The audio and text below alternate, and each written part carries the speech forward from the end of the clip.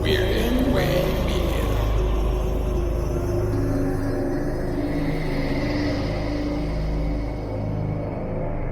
Hello, twisted humans. Do you find yourself wanting to know more about the latest murder, conspiracy, cult, or haunting? Then this is the podcast for you.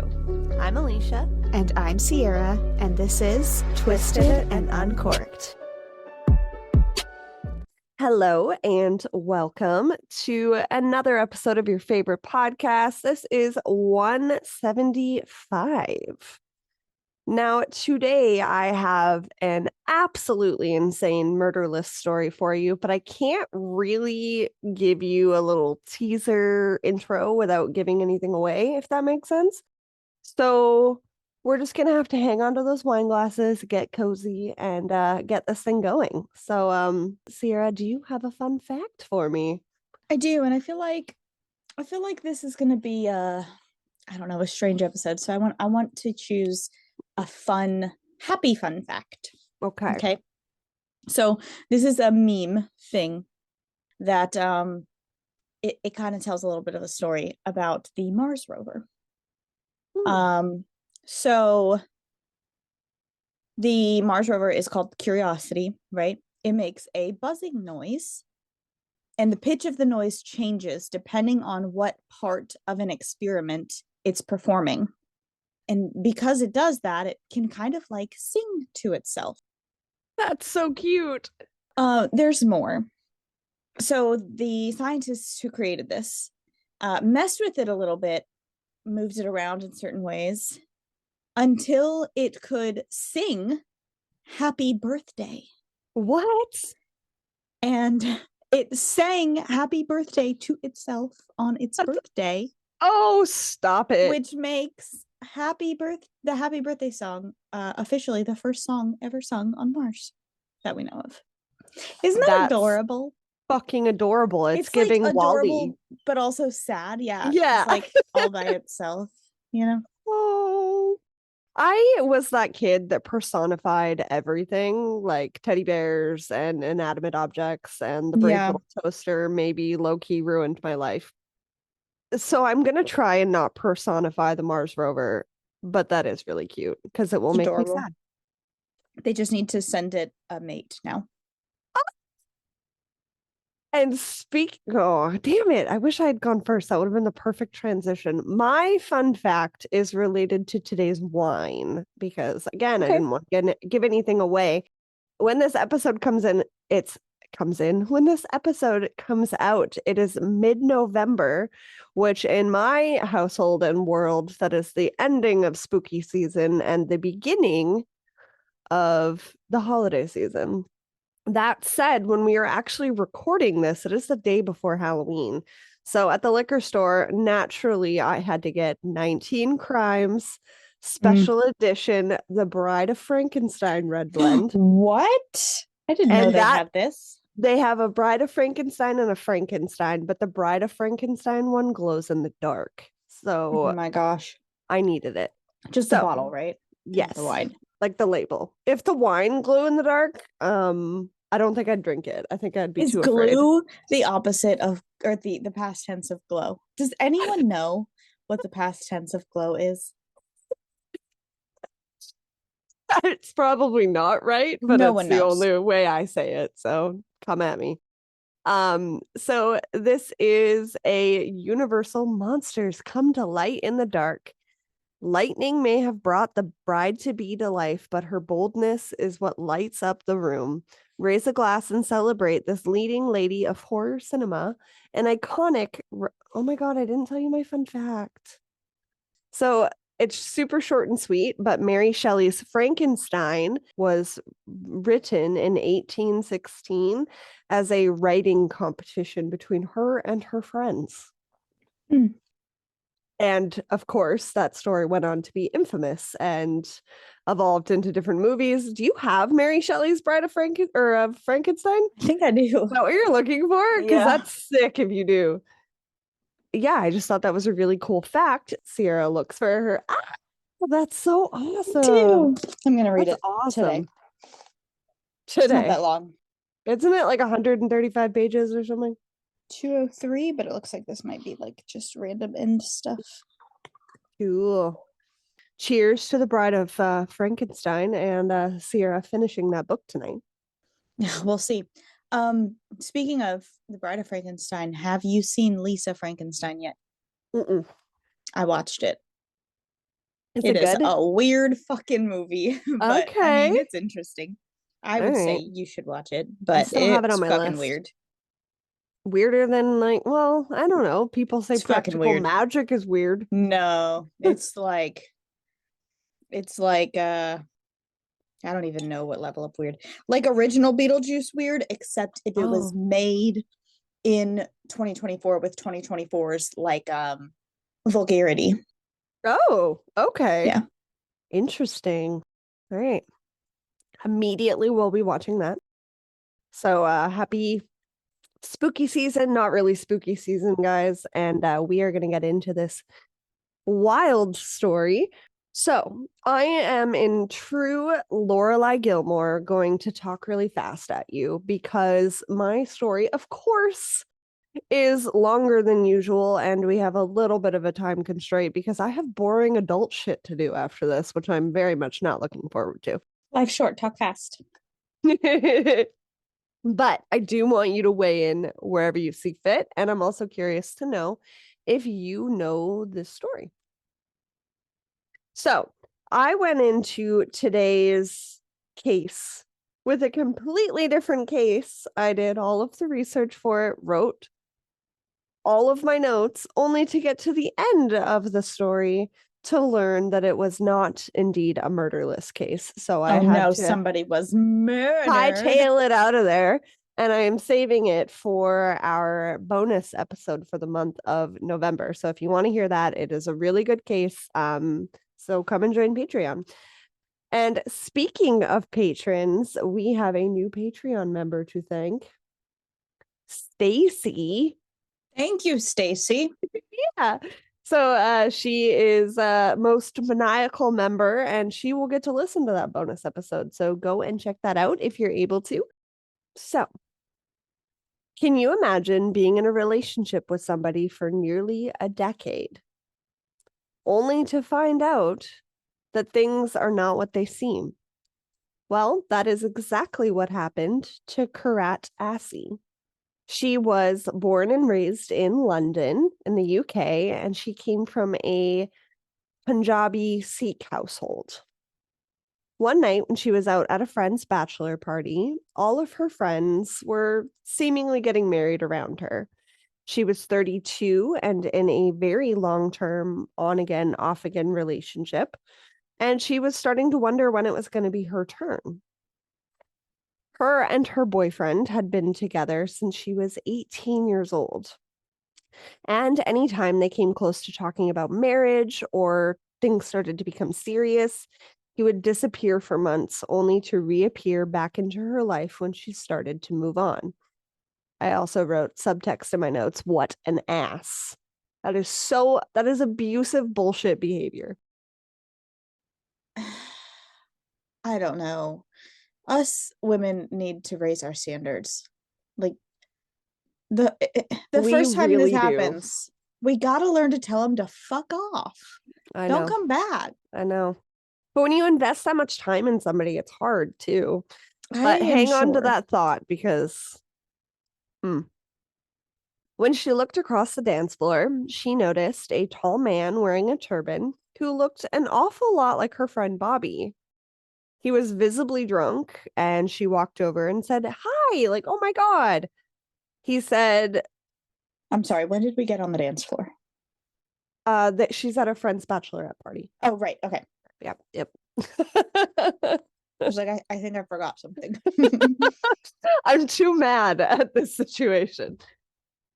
So he looked a little bit confused, but he was like, "Yeah, that's me." She tried talking to him, but it was really loud.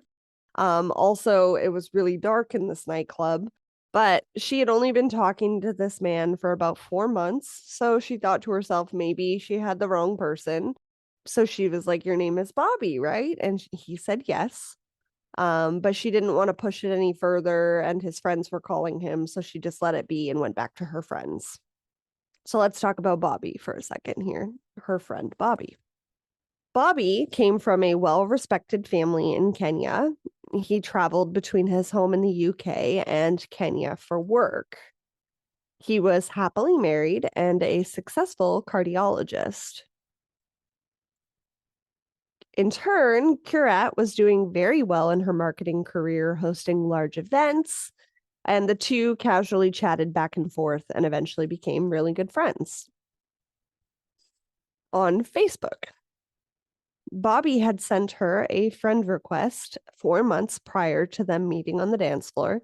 Kirat was reported as saying she doesn't normally talk to people on social media that she doesn't know, but they had a lot of mutual friends. And being in the small Sikh community of the UK, she was like, you know, so-and-so and so-and-so.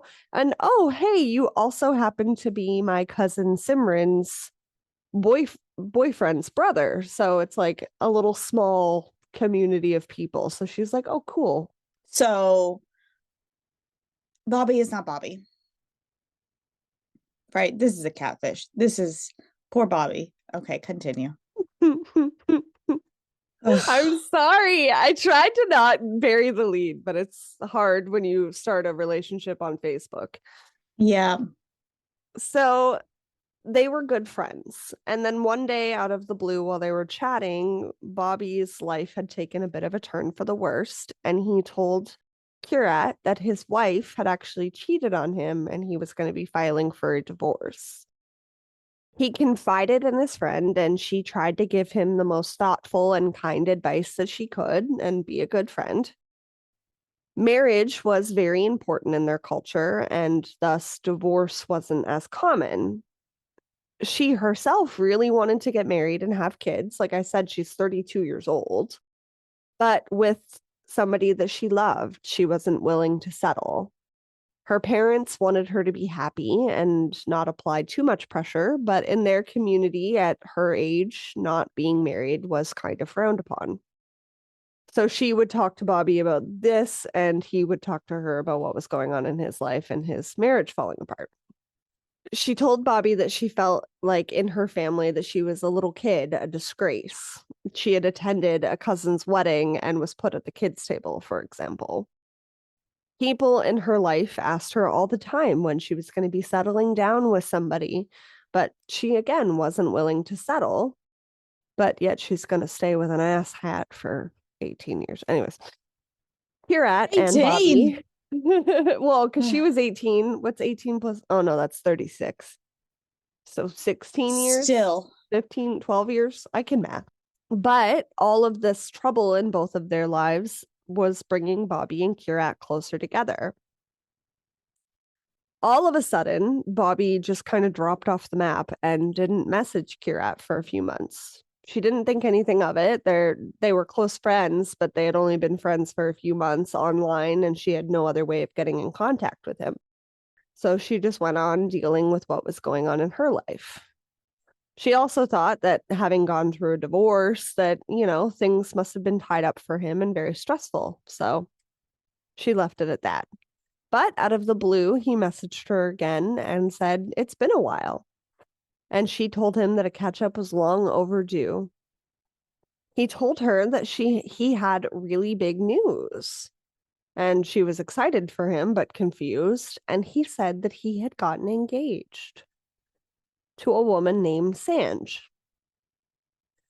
Kirat had concerns for her friend, feeling like he was moving on really fast. It was only a year after separating from his ex, but as long as he was happy, which he seemed to be, she didn't think it was her place to say anything. Okay, so how long after the seeing him at the thing is this? Or is this before seeing him at the bachelorette party? This is after seeing him at the bachelorette party. Okay. So after seeing him at the bachelorette party, she learns he's getting divorced. And then about 4 to 6 months later, he messages her out of the blue and says that he's gotten engaged. I'm really glad that this is a murderless story. In December of 2012, she learned that she learned that Sanj and Bobby had gotten married. Kirat was actually invited to the wedding, but she felt like she couldn't go. I don't know if she was sensing some complicated feelings towards him herself, or if she just wasn't in a good place. Invited? She's friends with Bobby. So would you not want your friend to come to your wedding? She's not friends with Bobby. Whether or not she felt like she had some complicated feelings for him up front, or if she just wasn't in a good place, she just didn't feel like it was right for her to go. As time went on, she stayed in touch with Bobby and was actually introduced online to his now wife, Sanj. She was friendly with her as well, but she felt like him starting a new relationship and her dealing with the complicated aspects of her own relationship, that they needed a little bit of distance. She started focusing on her career and began working as a radio DJ, hosting a show called the Congo Roadshow. And she was absolutely loved for it. It was such a fun job. It brought out such a sunshiny aspect of her personality, and she was loved by her listeners. The show became a really big success. She had her Facebook open at work because she would regularly get messages from listeners as well. And when she was scrolling through Facebook on her lunch one day, she saw a post from Sanj about Bobby saying that he had been shot 6 times while he was working in Kenya and was in a coma in very severe condition. What the fuck? Obviously, Kirat was devastated to hear this about her friend and did her best to focus on finishing the show, but she recalled later feeling sick to her stomach. Her cousin, Simran, like I mentioned at the beginning, was dating Bobby's younger brother, JJ, and she had accompanied JJ to Kenya to visit Bobby in the hospital. Okay, wait a minute. I know there's a lot of names. You need your Which Bobby board. was shot? Because I don't believe Bobby is Bobby. Ugh, okay. Guys, Sierra's going to be like this until the brain. very end, and it's just going to all come together. But you're not going to be happy. That's how you write a good book. Alert. Yeah, right. So she messaged her cousin Simran, and she was messaging her about Bobby, giving her updates about him being in his coma. Miraculously, he had woken up, but had still had a long road ahead of him and was being moved into the witness protection program and being sent to a hospital in New York City. Kirat couldn't understand what was going on here. Everything was happening so suddenly, and as she understood it, the witness protection program meant that you were in great danger. She thought that maybe this was just a freak accident. Unfortunately, gun violence is very severe in certain areas in Africa, so she didn't think that it was targeted at first. But then she thought to herself, maybe it was targeted because his family was well known and he had money. Some time goes on, and then all of a sudden she gets a message on Facebook again from a Bobby Jandu. It was a new account with only a few friends. And the person on the other end explained that a business deal had gone wrong and that was why he had been shot and why he was in witness protection. But he missed her and was going against instructions by messaging her at all. Obviously, she was terrified. She didn't want to put herself in danger or put him in any more danger than he already appeared to be in. He said that he needed his friend, though, and he wasn't coping very well with the injuries that he had experienced, as well as the PTSD from the shooting. A cardiology business deal gone wrong? Come on, buddy. What the fuck is happening? Through all of the pressure of his mental health and lack of communication being in witness protection, his marriage was suffering as well, and Bobby and Sanj would eventually get a divorce.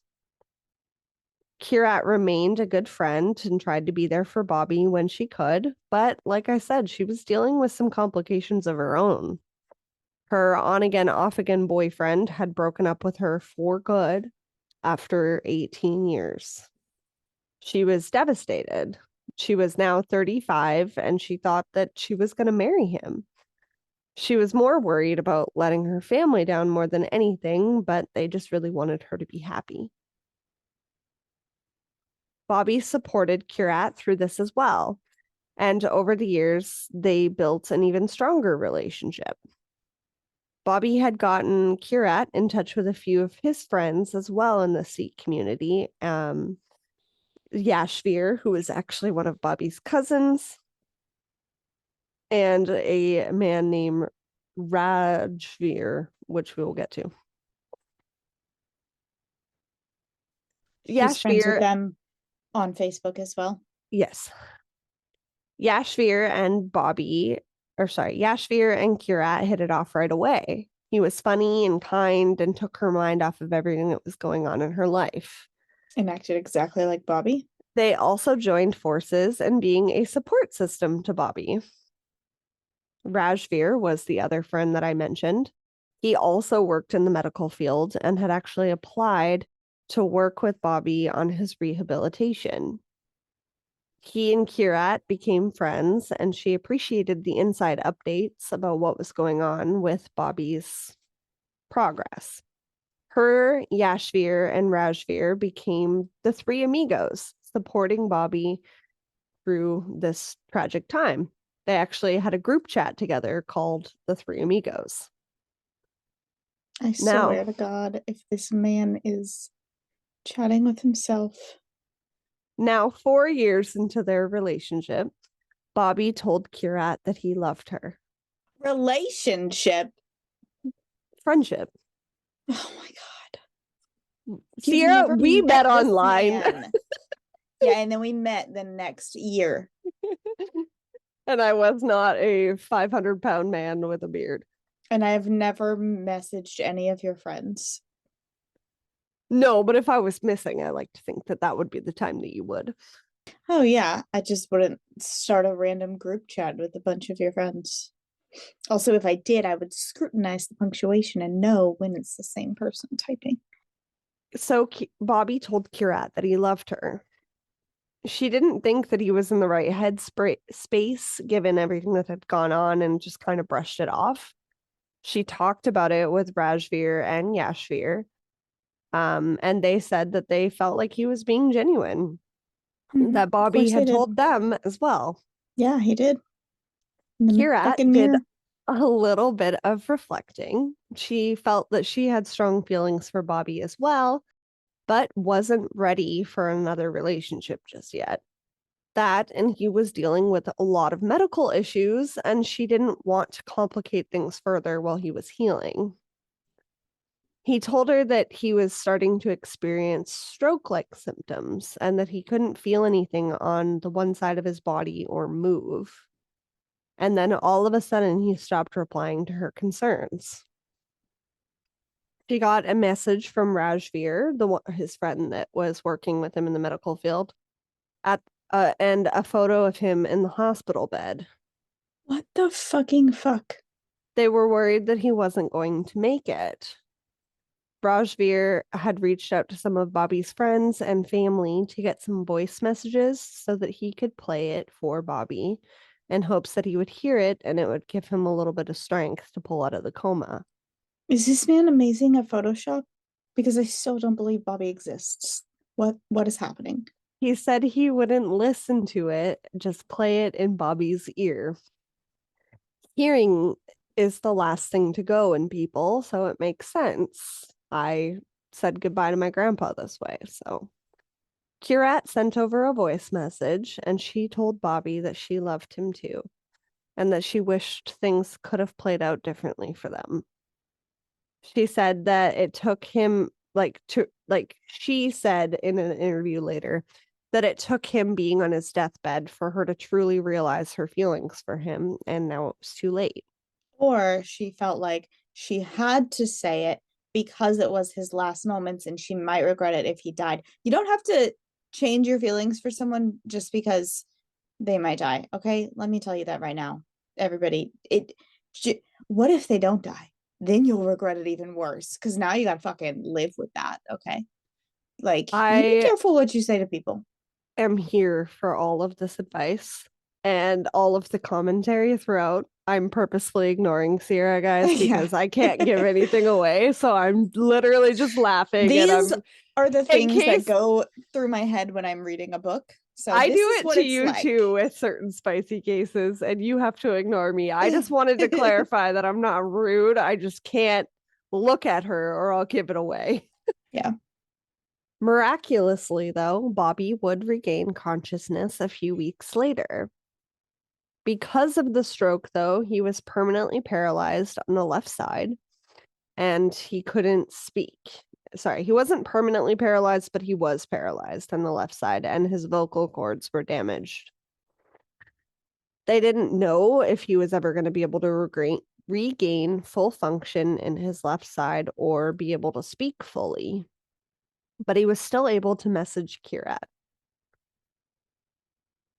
Things started to move to a more romantic level from here on out, as they had both said that they loved each other. He gave her updates daily on his rehabilitation and told her how much she meant to him and how special she was, and that he felt like he was the luckiest man in the world to have her. They started to have date nights, watching the same thing and messaging about it, having dinners together at the same time. And they got to know each other even more. She would send him voice messages and he would reply via text because he couldn't speak. But for the first time in a while, she was starting to feel like she was happy. Is he still in New York? Yes. In the hospital bed. I imagine there is a crazy time difference, but continue. Yeah, between London and New York, absolutely. Yeah. Facebook had a new draw in the chat function that they were playing around with, drawing each other silly photos and writing out funny messages. When he wrote, "Will you be my Mrs. Jandu?" proposing to her. This was obviously unconventional, but she felt like she truly loved this man and she said yes. She's never even met him. They had already talked about everything that they wanted together in life up to this point and how they both really wanted to be parents and have a big family. So they started to plan their dream wedding together, sending each other photos for inspiration back and forth. Kirat told her two amigos all about it as well, and of course they were happy. But the proposal wasn't official in their culture because the two families had never met. Kirat told her mom that she was elated, of course, and Bobby said that he wanted to fly from New York and tell her dad himself and to get permission. But things were obviously more complicated than that, with his health being where it was, as well as him being in the witness protection program. As a start, Bobby started a group chat with his family in which there were about 30 members. They called it all had the same "Welcome Kirat to the family." Oh my God, this man is insane. Was so warm and so welcoming and congratulating the couple. If he is all of these people and he's not in jail, I'm gonna die. Bobby and Kirat started speaking via Skype calls. They couldn't have video because of the witness protection program, but she was still able to talk to him in real time, in which he would make noises and taps and grunts and communicate back in any way that he could. And then if not, he would type to her. What's that man's name on Catfish? They would fall asleep together on the line. I'm sure all of us did that in high school where you can't Google anything. I'm just Googling the guy's name on Catfish. No. Oh, like the TV show Catfished? Yeah. That we used to watch back in the day. Yes. Man, I miss MTV. What's his name? Eventually, with more therapy, Bobby was able to whisper a little bit. Neve? His voice was very scratchy and hoarse at times, but he was starting to get there. I think it's Neve. Yeah, someone needs to fucking call Neve. Bobby started also talking to Kirat's parents especially with his mom, and it was all very sweet, talking about how they were going to make her famous carrot cake recipe together and comparing recipes. One day, Bobby got an envelope delivered to his hospital room with very official court documentation, and he told Kirat that he had something that he had to tell her and to brace herself.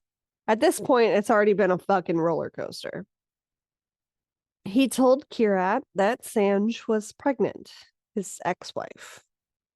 What the fucking fuck?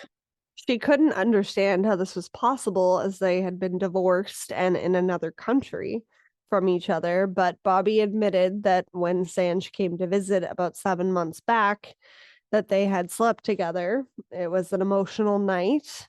It was spontaneous, and it would never happen again. And it was before Kirat and him had officially gotten together. Like before he had said, "I love you," before his coma, before his stroke, all that stuff. Kirat was obviously devastated. She wanted to be a mom so bad, and she felt like now that she was always going to have to share him. After some reassurance from friends and family, she told Bobby that she could handle having his baby in her life, but she didn't want Sanj in her life, which is a little more complicated than that, but okay.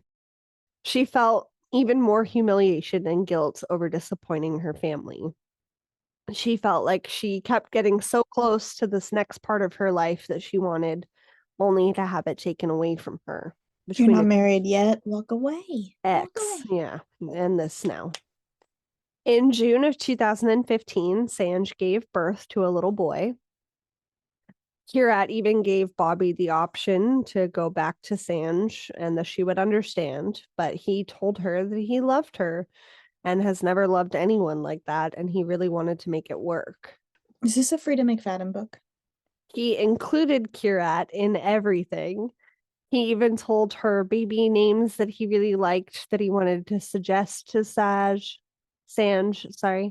and showed her baby clothes that he was buying to send as gifts. He even sent her photos of his son. Over the next 18 months, they made multiple plans to be together in person. But there was a lengthy appeals process in the witness protection program for him to be able to go and see her. So it was hard. That and his health had taken an unexpected turn again. With all of the stress, as well as his mental health, with all of the stress going on in his life, him healing, his mental health was being tested a bit as well. He became very reliant on Kirat and was needy, to say the least. She started telling him when she would get up and leave the room just to go pee when they were on the phone together, or he would send her a million messages asking where she was. Every morning, she would send him a selfie before leaving for work, and then would call him when she got home and had eaten dinner. She can't even talk to him. He grunts every day. Well, no, now he's able to whisper and squeak with some therapy that's been going on. You fucking deserve better. I agree. And if she didn't message back right away, he would immediately message her, "Where are you?" As a result of all of this stress and strain and fucking roller coaster of a world that she was living in, Kirat's mental health started to take a bit of a spiral. She felt like her time belonged to Bobby, and she didn't want to share too much or stress him out because his mental health was so fragile. So she would confide in other friends, including mutual friends of theirs like Rajveer and Yashveer. And then he would get mad at her, saying that it was their time together and why are you telling them these things? How does he know? Kirat's family started noticing that she was also more reserved, that she wasn't taking as good a care of herself as she usually did, and she eventually became a shell of herself. When she was at work, she would have a Skype call going with Bobby, and he would criticize how she was talking to listeners and saying that she was flirting. It was like no matter what she did, she couldn't win. And she eventually quit the radio show. So this man is abusing her without having ever met her. Like, all of these are classic signs of abuse. From a different country. I want anyone who is listening to this, I want you to know that I give you permission to throw away your fucking cell phone, okay? If there's someone, it's somewhere, the only way they can contact you is by phone, fucking throw it away. Get a new one. I give you permission. Just fuck everything, get a new number, you'll be fine.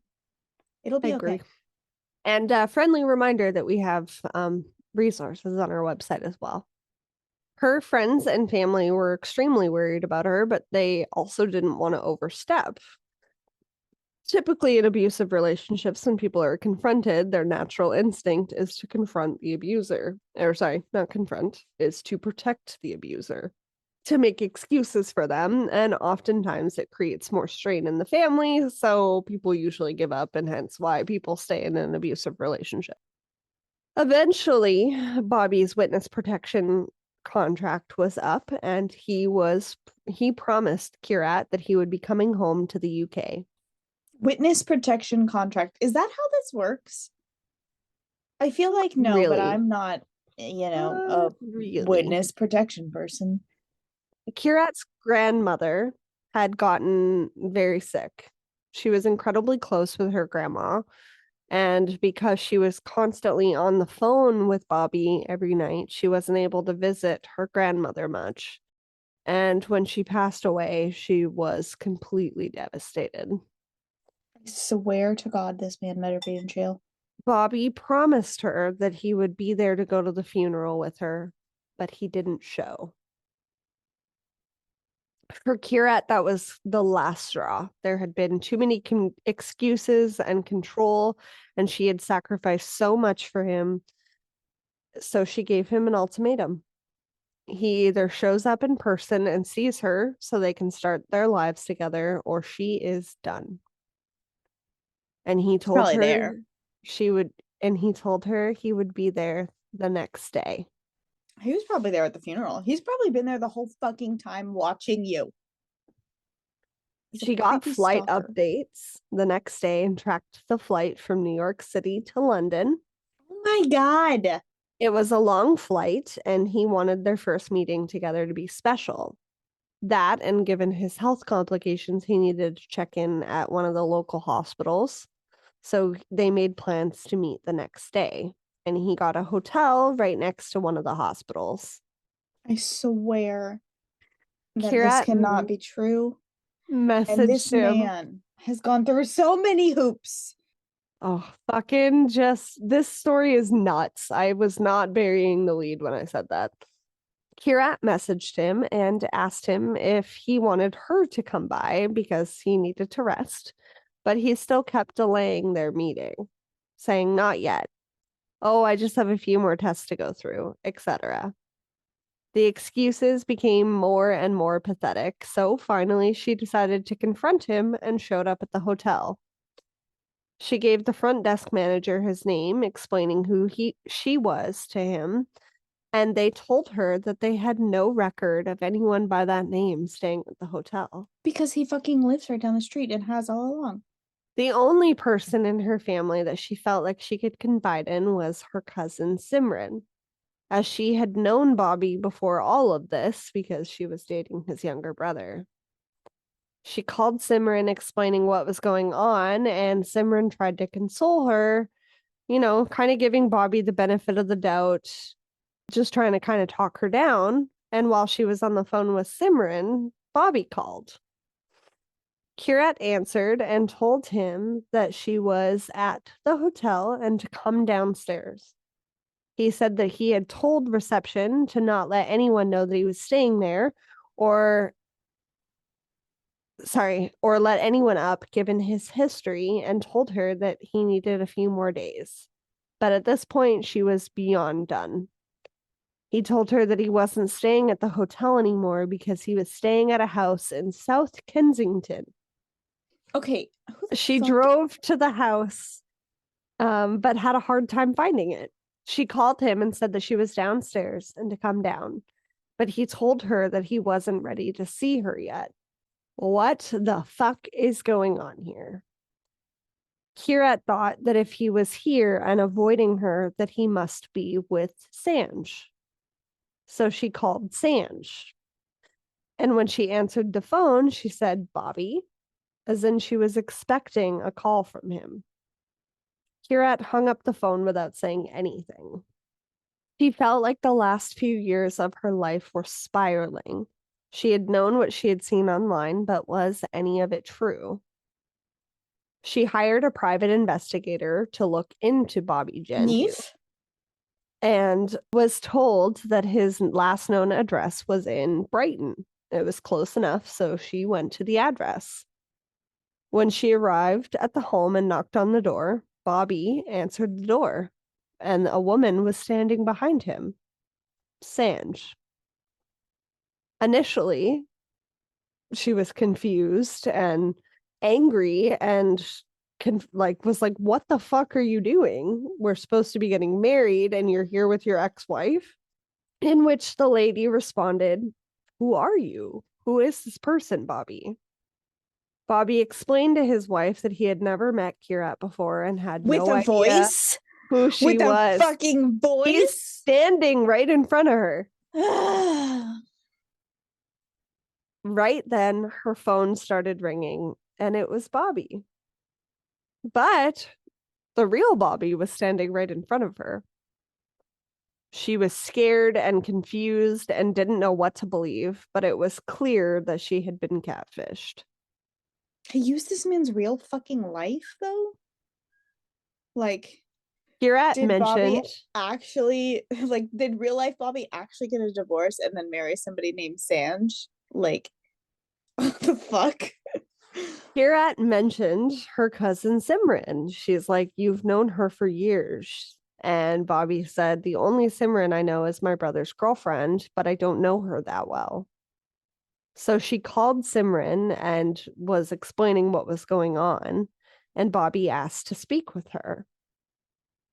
Simran told Bobby that it must be a mistake and that her cousin must be confused, and to let her talk to her and that she would help talk her down. At this point, Kirat is scared and confused, and she left. Is Simran fucking in on this? Like, what the hell? She messaged Bobby, and she said that I'm going to call the police. He urged her against it and told her that he was coming over. So she gave him a little bit more time, and when a car pulled up to the house in front of her, her cousin Simran stepped out. Wait a minute, what? Kirat would learn that her cousin Simran was responsible for the entire last, decade of her life. She used her brother-in-law as she used her boyfriend. Yeah, her boyfriend. Yeah. What? So I will say that this is an ongoing battle. Why? What is the motive? She had no motive. That's the craziest part. Her mom was even like Kirat's mom was even like, what did Kirat do to you to do this? Like, this is the cruelest fucking thing I've ever heard. This went on. Yeah, blood cousin. This went on for years. Despite all of the evidence that was presented to police too, they couldn't press charges against her, which is people who catfish people deserve to go to jail. Okay? I agree. People who catfish people deserve to go to jail more than people who smoke or sell marijuana. I agree. Fuck that. I agree. Simran had no reasoning for her actions. In 2020, Kirat filed a civil suit against her cousin and was paid compensation. And as of 2021, herself, along with Bobby and Sanj, like the real life Bobby and Sanj, are building a case against her. But as of right now, the case is just kind of at a standstill. Kirat likes to look at this as a chapter of her life now, 44 years old, and works with people who have been victims of catfishing She is also trying to push for more regulation online when it comes to profiles. But that is probably one of the most insane catfish stories I've ever heard in my life. I feel like, okay, so maybe police can't like bring any charges against her, but is she at least in a fucking hospital? Because she's clearly mental. In this whole operation, this woman is fucking deranged. She made 60 different profiles. 60. Like all of the family members of Bobby in that chat. Yeah. They were everything. all her. Yeah, everything. And I do not understand why. If you would like more information or a deeper dive into this case than I have given you, there is a recently released documentary on Netflix about it called Sweet Bobby. Oh my God. It is heart-wrenching because you get to hear all of the voice messages between Kirat and like it's and her fucking cousin. It's heartbreaking. Like it's the most insane thing I have ever witnessed in my entire life. Why in the world? So that is my absolutely fucking insane, no answers, no jail time, I'm sorry, murderless case, but it was too crazy not to cover. And I actually came across it because of our friend Kaylin Moore from the Heart Starts Pounding podcast. She shared a TikTok about this documentary and she was like, it's nuts, you have to check it out. And after I realized that I had to redo my notes, I came across this documentary and thus we are here. So holy shitballs. That really is a Frida McFadden book. Yeah, Sierra's like, Sierra looks like worn out right now, guys. She's like, what have I just gone through? That's insane. That is insane. Well, I had to bring an insane story to you because you bring the craziest ones to me. So, but I also thought it was best to do a murderless episode after 2 serial killer episodes. I'm sorry that there's not enough justice in this story, but there is stuff ongoing behind the scenes, like I said, and I will continue to follow that news and update you guys accordingly because I am with Sierra on this. She ruined like 8 years of her family's life. Like she's also clearly unwell, very unwell. I don't know what a split personality disorder is, but when you make 60 different fucking Facebooks and impersonate 60 different people, I feel like you might be a candidate, you know? I feel like you're not okay. That's not okay, even a little. But let's talk about something that is okay. Do you have anything you're thankful for or happy going on in your life? I don't know when this comes out. I think November 12th. We are just finding out about elections, and I want to say she's manifesting positivity. All right. Good things are coming. I've heard that the planets are aligning in a certain way that is supposed to bring positivity and stuff anyway. So I am manifesting that everything's great. It's going great. All right. I'm here for that. My something positive is that I'm really excited to blaze through this stupid meeting I have in 10 minutes and fucking go and sit in the bath and read some of the second book, A Court of Mist and Fury, so I can update Sierra on where I end up. Is the best one of the series. I'm sad to hear that. I have 3 more books after this. The third one is also great. The fourth one is like a sweet little you needed it because it'll just, and it's such good timing too, because it is like if you were to put these books into movies, each a standalone movie, the fourth one would be like the Guardians of the Galaxy Christmas movie. Oh, like it's just like a little holiday just like special, you know? Okay. Just a little special. Okay. It's the shortest one. It's just a little, you just need this little special. Okay. And then the fifth one is just, I'm gonna have to tell Kevin about that because he was looking at it going, why is that one so much smaller? Oh yeah. It's the holiday special. All right. Perfect timing to read it. And yeah, the fifth one you're probably going to want to read. Not in public. It's yeah. Am I gonna have a red not chest? In public? Yes, you will. All right. All right, I'm ready for it. But all of that said, thank you for coming along on my ACOTAR adventure, guys. And I'm happy Sierra gets to watch it happen, because I am like her, where when somebody experiences something that I am really joyed in, I get secondhand joy from watching them experience it. So I'm just doing that for her right now. And if you want to hear more about books and come along on that adventure with us, again, join Patreon. If you liked this week's episode, don't forget to leave a 5-star rating and review. It really is the best way to spread the word. Don't be mad at me for putting you on this roller coaster. And in the meantime, keep it twisted.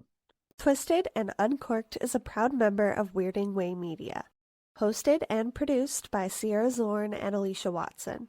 If you like the show, don't forget to leave a 5-star rating and review wherever you are listening now. It really is the best way to spread the word. You can check out all things Twisted on our website, twistedanduncorked.com, and we will see you next Tuesday for a brand new episode.